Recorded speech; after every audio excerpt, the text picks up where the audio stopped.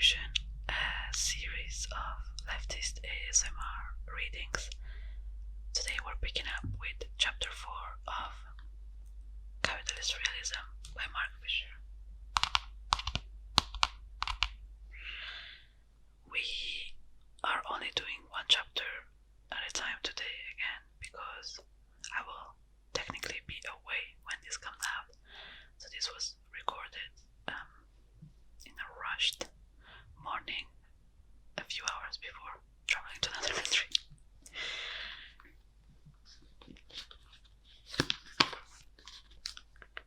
Chapter 4: Reflexive Impotence, Immobilization and Liberal Communism. By contrast with their forebears in the 1960s and 1970s, British students today appear to be politically disengaged. While French students can still be found on the streets protesting against neoliberalism, British students whose situation is incomparably worse seem resigned to their fate. By this I want to argue it's a matter not of apathy nor of cynicism, but of reflexive impotence. They know things are bad, but more than that, they know that they can't do anything about it. But that knowledge, that reflexivity, is not a passive observation of an already existing state of affairs. It is a self-fulfilling prophecy. Reflexive impotence amounts to an unstated worldview amongst the British young, and it has its correlate in widespread pathologies. Many of the teenagers I worked with had mental health problems or learning difficulties. Depression is endemic. It is the condition most dealt with by the National Health Service and is afflicting people at increasingly younger ages. The number of students who have some variants of dyslexia is astonishing. It is not an exaggeration to say that being a teenager in late capitalist Britain is now close to being reclassified as a sickness. This pathologization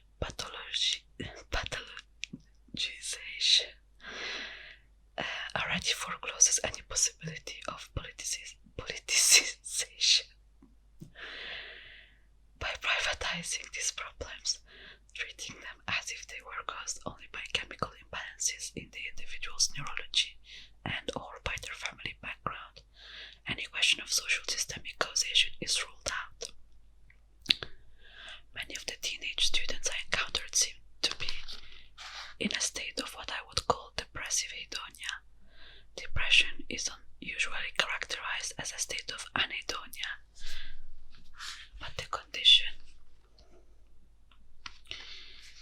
I'm referring to is constituted not only by an ability to get pleasure as much as it by an inability to do anything else except pursue pleasure.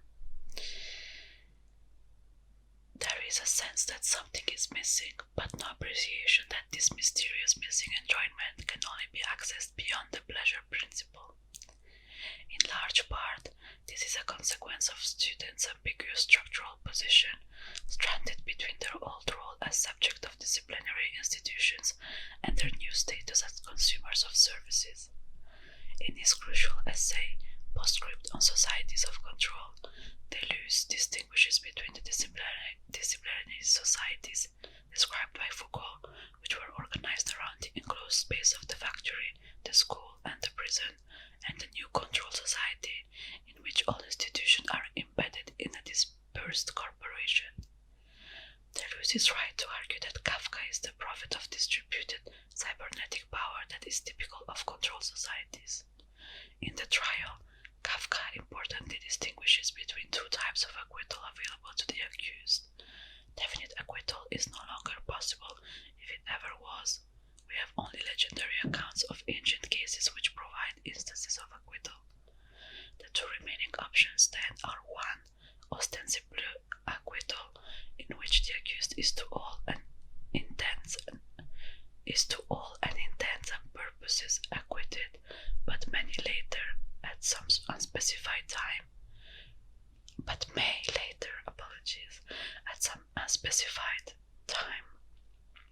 face the charges in full,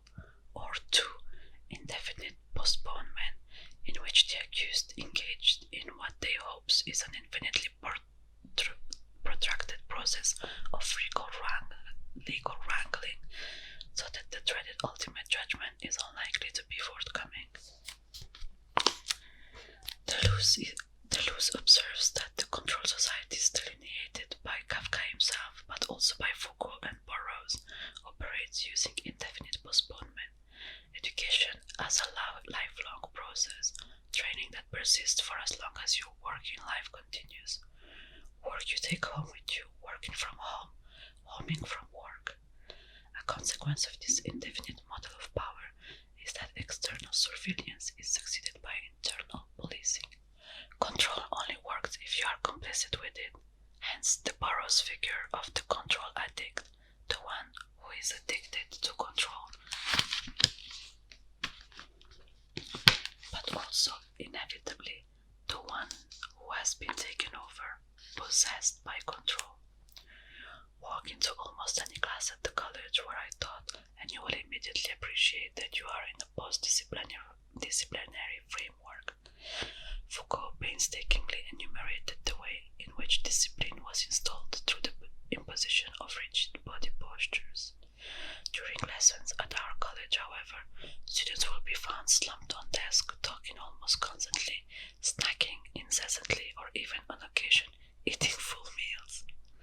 The old disciplinary segmentation of time is breaking down. The carceral regime of discipline is being eroded by the technologies of control, with their system of perpetual consumption and continuous development.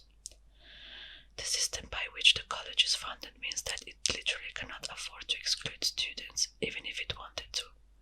Resources are allocated to college on the basis of how successful they meet targets on achievement, exam results, attendance, and retention of students.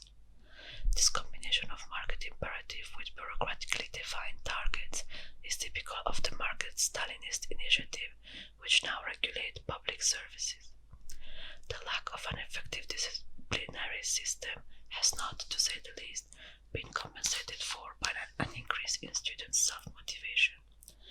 Students are aware that if they do not attend for weeks on end, or if they don't produce any work, they will not face any meaningful sanction. They typically respond to this freedom not by pursuing projects, but by falling into hedonic or anhedonic lassitude, the soft narcosis, the comfort food oblivion of PlayStation, all-night TV, and marijuana. Ask students to read for more than a couple of sentences, and many, and these are A-level students, mind you, will protest that they can't do it. The most frequent complaint teacher here is that it's boring. It is not so much the content of the reader material that is at the issue here.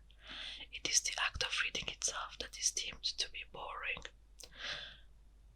Well, it's relaxing enough that we're having an ASMR session around it. What we are facing here is not just time-honored teenage torpor, but the mismatch between a post-literate new flesh that is too wired to concentrate and the confining concentrational logics of decaying disciplinary system. To be bored simply means to be removed from the communicative sensation stimulus matrix of texting, YouTube, and fast food. To be denied for a moment the constant flow of sugary gratification on demand. Some students want Nietzsche in the same way that they want a hamburger. They fail to grasp, and the logic of the consumer system encourages this misapprehension that indigestibility, the difficulty is Nietzsche. An illustration. I challenged one student about why he always wore headphones in class. He replied that it didn't matter because he wasn't actually playing any music. In another lesson, he was playing music at very low volume through headphones without wearing them. When I asked him to switch it off, he replied that he couldn't even hear it. Why wear the headphones without playing music, or play music without wearing the headphones? Because the presence of the phones on the ears or the knowledge that music is playing, even if you couldn't hear it, was a reassurance that the matrix was still there, within reach. Besides, in a classic example of interpassivity, if the music was still playing, even if he couldn't hear it, then the player could still enjoy it on his behalf. The use of headphones is significant here. Pop is experienced not as something which could have impacts upon public space, as a retreat into private iPod consumer bliss, a walling up against the social. The consequence of being hooked into the entertainment matrix is twitchy, agitated interpassivity and inability to concentrate or focus. Students' incapacity to connect current lack of focus with future failure, their inability to synthesize time into any coherent narrative is symptomatic of more than mere demotivation. It is, in fact, eerily reminiscent of Jameson's analysis in postmodernism and consumer society. Jameson observed there that Lacan's theory of schizophrenia offered a suggestive aesthetic model for understanding the fragmentation of subjectivity in the face of the emerging entertainment industrial complex. With the breakdown of the signifying chain, Jameson summarized, the Lacanian schizophrenic is reduced to an experience of pure material signifiers, or in other words, a series of pure and unrelated presence in time. Jameson was writing in the late 1980s, i.e., the period in which most of my students were born. What we in the classroom are now facing is a generation born into that ahistorical, anti-mnemonic blip culture, a generation that is to say, for whom time has always come ready cut into digital microslices. If the figure of discipline was the worker prisoner, the figure of control is the debtor addict. Cyberspatial capital operates by addicting its user. William Gibson recognized that in Neuromancer when he had Case and the other cyberspace cowboys feeling insects under the skin, strung out when they unplugged from the Matrix. Case's amphetamine habit is plainly the substitute for an addiction to a far more abstract speed. If then something like attention deficit hyperactivity disorder is a pathology, it is a pathology of late capitalism, a consequence of being wired into the entertainment control circuits of a hyper-mediated consumer culture. Similarly, what is called dyslexia may in many cases amount to a postlexia. Teenagers process capital's image dense data very effectively without any need to read. Slogan recognition is sufficient to navigate the net mobile magazine informational plane. Writing has never been capitalism's thing. Capitalism is profoundly illiterate, Deleuze and Guattari argued in Anti-Oedipus. Electric language does not go by way of the voice or writing, data processing does without them both. Hence the reason that many successful business people are dyslexic, but is their post-lexical efficiency a cause or effect of their success? Teachers are now put under intolerable pressure to mediate between the post-literal subjectivity of the late capitalist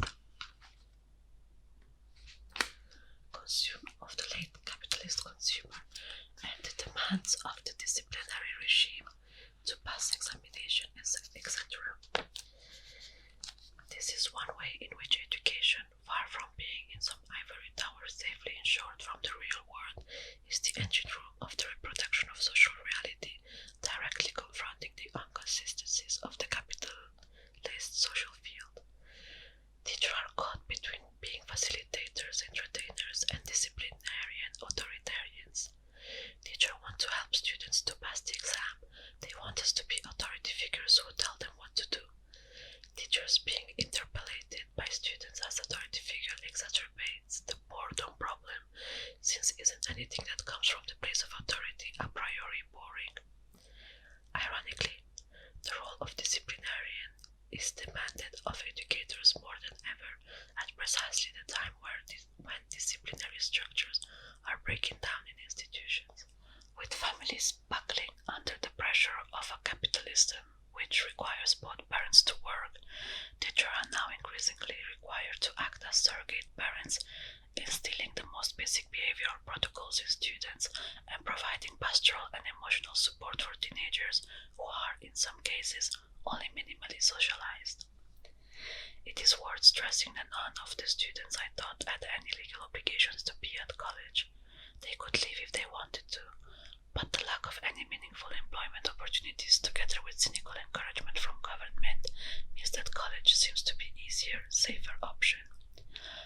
says that controlled society are based on debt rather than enclosure, but there is a way in which the current education system both indebts and encloses students.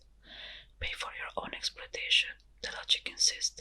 Get into debt so you can get the same mech job you could have walked into if you'd left school at 16. Jameson observed that the breakdown of temporality suddenly releases the present of time from all activities and intentionalities that might focus it and make it a space of praxis. But nostalgia for the context in which the old type of praxis operate is plainly useless. That is why French students don't in the end constitute an alternative to British reflexive impotence. That the neoliberal economist would deride French opposition to capitalism is hardly surprising, yet its mockery of French immobilization had a point. Certainly the student who kicked off the latest protests seemed to think they were reenacting the events of May 1968. Their parents sprang on Charles de Gaulle. It wrote in its lead article of March 30, 2006. They have borrowed its slogan beneath the cobblestones, the beach, and hijacked its symbol, the Sorbonne University. In this sense, the revolt appears to be the natural sequel to 2005 suburban riots, which prompted the government to impose a state of emergency. Then it was the jobless ethnic underclass that rebelled against the system that excluded them. Yet, the striking features of the latest protest movement is that this time the rebellious forces are on the side of conservatism.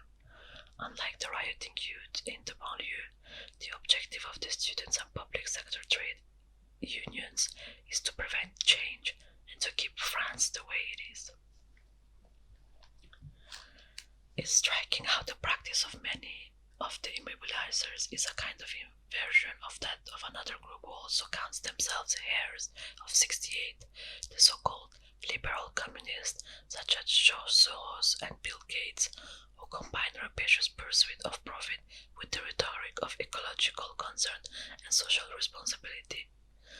Alongside their social concern, liberal communists believe that work practices should be post-modernized in line with the concept of being smart.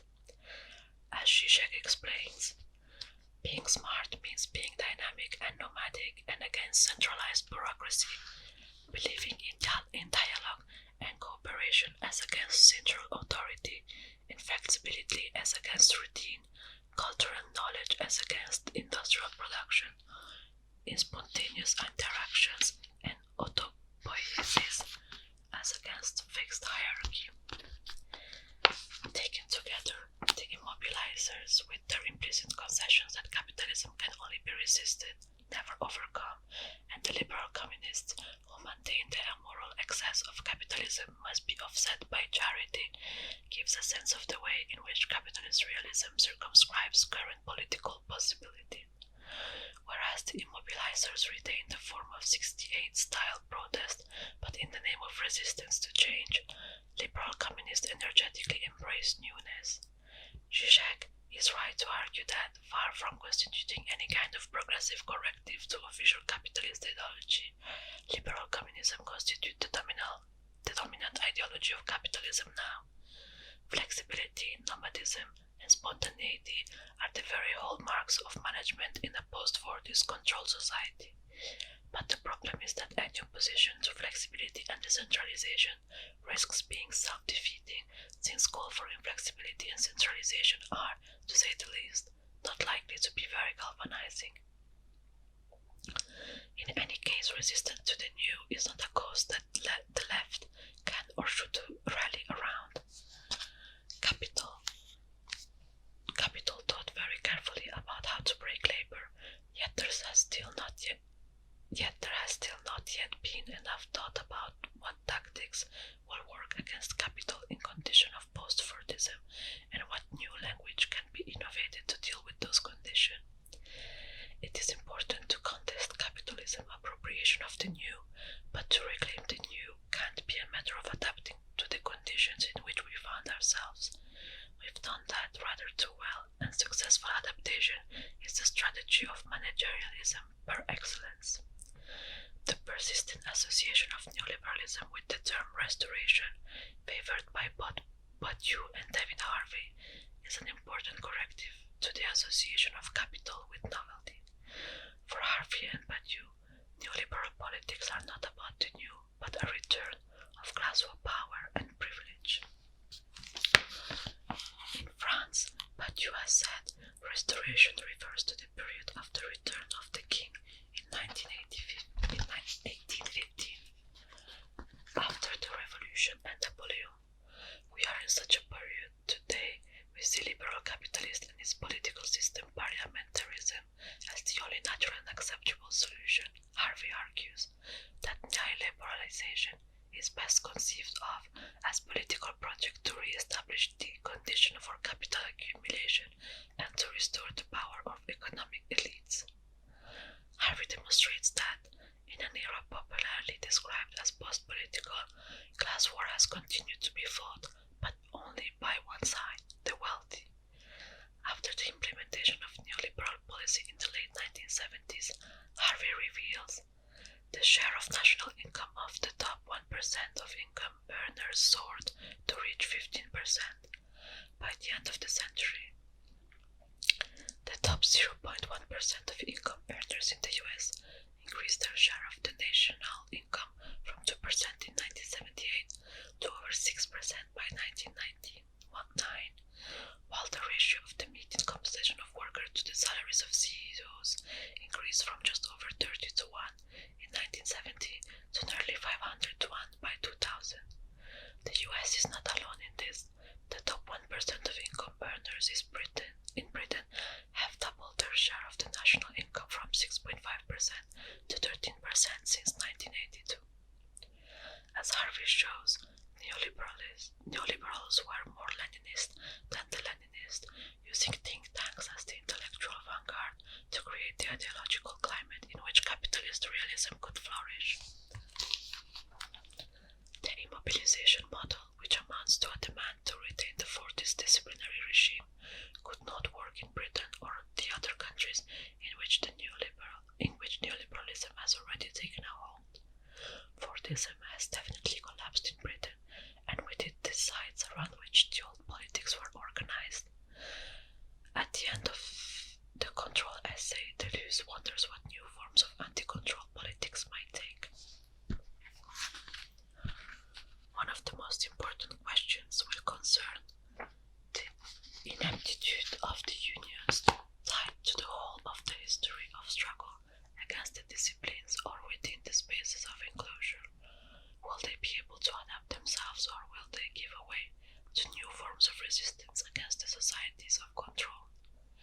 Can we already grasp the rough outlines of the coming forms capable of threatening the joys of marketing? Many young people strangely boast of being motivated. They request apprenticeship and permanent training. It's up to them to discover what they're being made to serve, just as their elders discovered, not without difficulties, the telos of the disciplines. What must be discovered is a way out of the motivation binary, so that disidentification from the control program registers as something other than dejected apathy. One strategy would be to shift the political terrain, to move away from the union's traditional focus on pay and onto forms of discontent specific to post-Fordism. Before we analyze that further, we must consider it more in depth what post-Fordism actually is.